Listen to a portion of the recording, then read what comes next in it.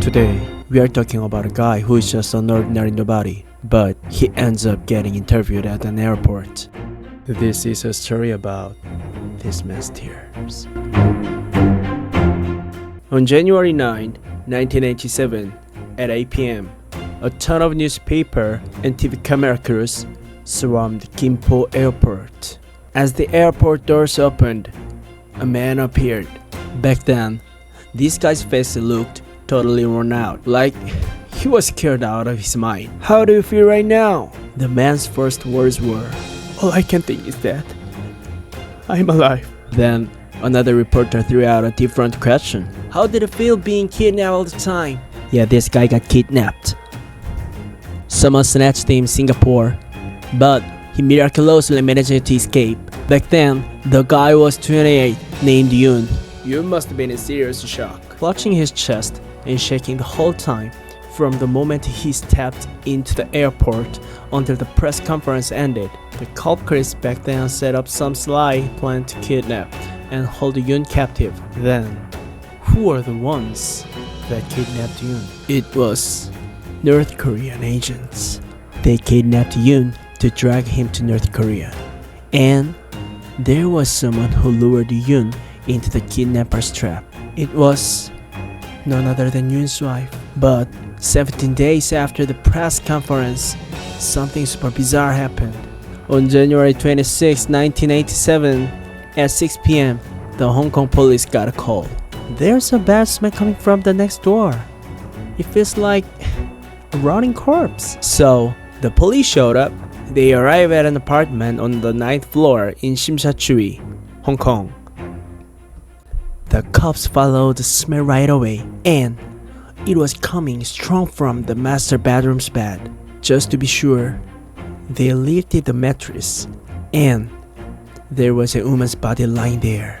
A woman's body dressed in a one-piece lying there neatly. But the shocking part was who she was. It was the wife of Yoon, the victim of the kidnapping case. Alright, let's break it down. A husband kidnapped in Singapore, a wife who lured him to the kidnappers, and they found that in Hong Kong. Her name was Suzy Kim, and she was 33.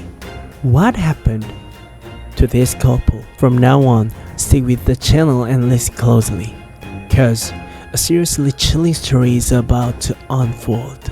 Yoon and Suzy Kim. These two met for the first time in Hong Kong.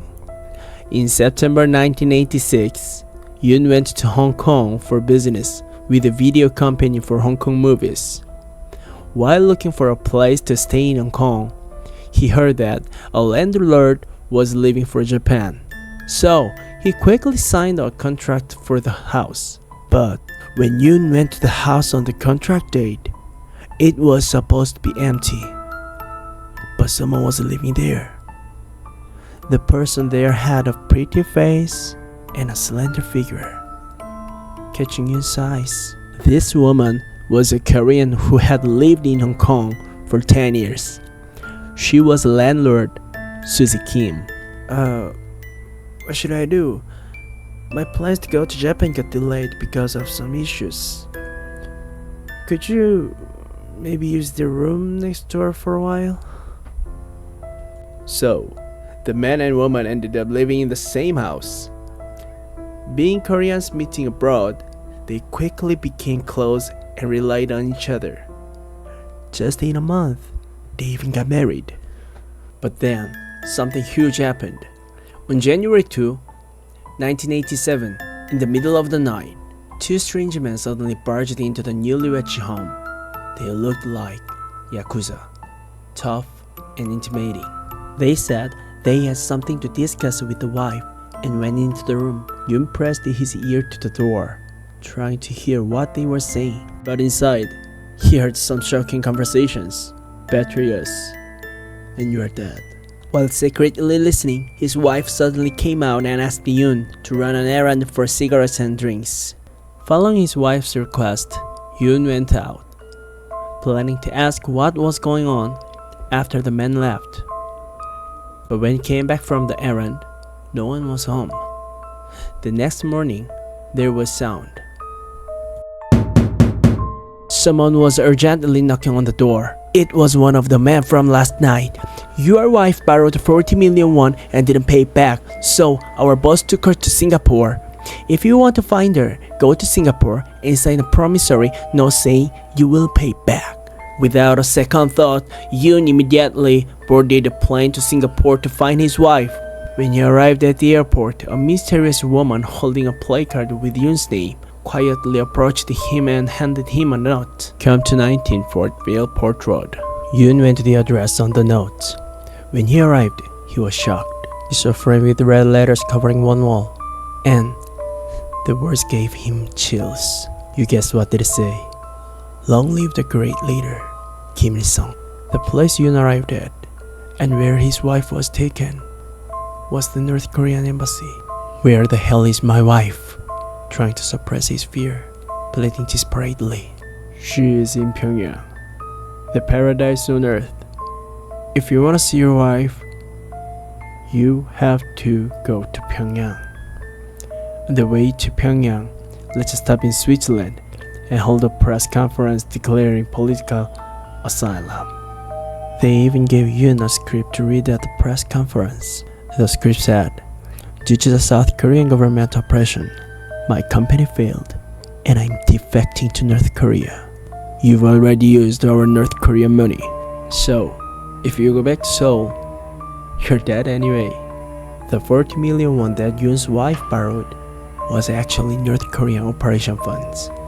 And since they were married, Yoon had no choice but to use the money. So, what was the identity of his wife, Suzy Kim? She was a North Korean agent, a spy from North Korea. Looking at the media reports back then, they described Suzy Kim like this: pretty face, slender figure, a former hostess who ruled Hong Kong. Yoon's wife, Suzy Kim, had meticulously planned everything from their first meeting. So, how did Yoon escape from the North Korean embassy? The day before being taken to North Korea, Yoon was detained in a hotel in Singapore. If he was taken to North Korea, he would never return to South Korea. Yoon was desperate to escape, waiting for any chance. When the guards weren't paying attention, he bolted out the hotel's front door and jumped into a taxi. Korea embassy! At the press conference, Yoon said this: after escaping and getting into the taxi, I was afraid the driver might mishear South Korea. So, I quickly pulled out my passport and shoved it right under his nose. I was trembling with fear that at any moment, the North Korean agent would yank open the door and barge in with twisted faces. So, I put everything on the line with the confused driver. In the end, I got my freedom back. But Suzy Kim, who was supposedly in Pyongyang, was found dead in a Hong Kong apartment 17 days after the incident. There's more mystery to it. It's about how the body looked.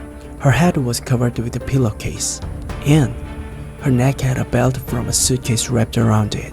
The media at the time poured articles saying it was punishment for a failed operation. Was it really the tragic end of a female spy who loved her target? So, what happened to Yoon after dramatically escaping just before being taken to North Korea?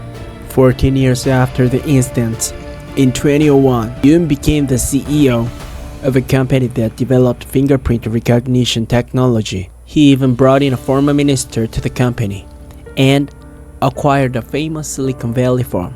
But in October 2021, while riding high, Yoon was arrested by the police on charges of murdering his wife, Suzy Kim. He was arrested just 2 months before the statute of limitation expired. The day before heading to Singapore, in that urgent situation, Yoon went to the housekeeper and asked for the key to his house. Those two tough guys who supposedly came to the newlywed house, they never existed in the first place. In reality, only Suzy Kim and Yoon were in the newlywed house. Everything Yoon said at the press conference was a lie. On January 2, 1987, before Suzy Kim died, Yoon and Suzy Kim had a big fight. After the fight, Yoon, still angry, around 12:20 a.m. that night, used a blunt object. Yoon killed Suzy Kim. What was Yoon thinking next to his dead wife's body? Then, one idea popped into his head. Go to North Korea.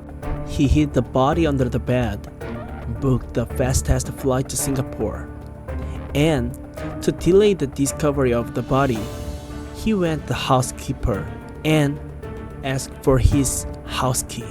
In fact, on January 5, 1987, Yoon went to the North Korean embassy on his own. I want to go to North Korea. But contrary to his expectation, the North Korean embassy was puzzled. Why do you want to go to North Korea? After his first plan failed and he left the North Korean embassy, he came up with a new plan. He immediately went to the South Korean embassy and said, North Korea used my wife to kidnap me, but I barely escaped just before being taken. To cover up his crime, he turned his murdered wife into a North Korean spy. This is the beginning of the 1987 failed abduction case that shocked South Korea. So how did this bad guy manage to hold a fake press conference? And did all the embassy staff really fall for it? What you're seeing now is a South Korean NIS's classified overseas telegram from back then. Hidden here are incredible secrets that were kept for 14 years. I'll tell you what's in here from now on. On January 5, 1987, at 9:30 p.m., the first telegram flew from Singapore to Seoul NIS headquarters. At around 5 p.m. today, we took custody of a person who escaped from North Korean threats. On January 6 at 10 a.m., Seoul replied to Singapore. We will dispatch the deputy director to Singapore. Once he arrives, he will deliver the director's special order. That night, at 7:20 p.m., a telegram was sent from Seoul to Hong Kong. We plan to hold 2 press conferences with you in Singapore and Hong Kong to expose North Korea's abduction attempts.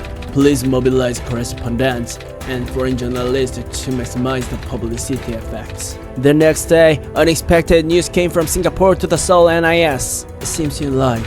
It looks like you attempted to defect to North Korea voluntarily. It's suspicious in many ways. We urgently request cancel the press conference. The NIS staff in Singapore checked through local intelligence networks. The claim of almost being kidnapped was a complete lie, and the South Korean NIS became aware of this fact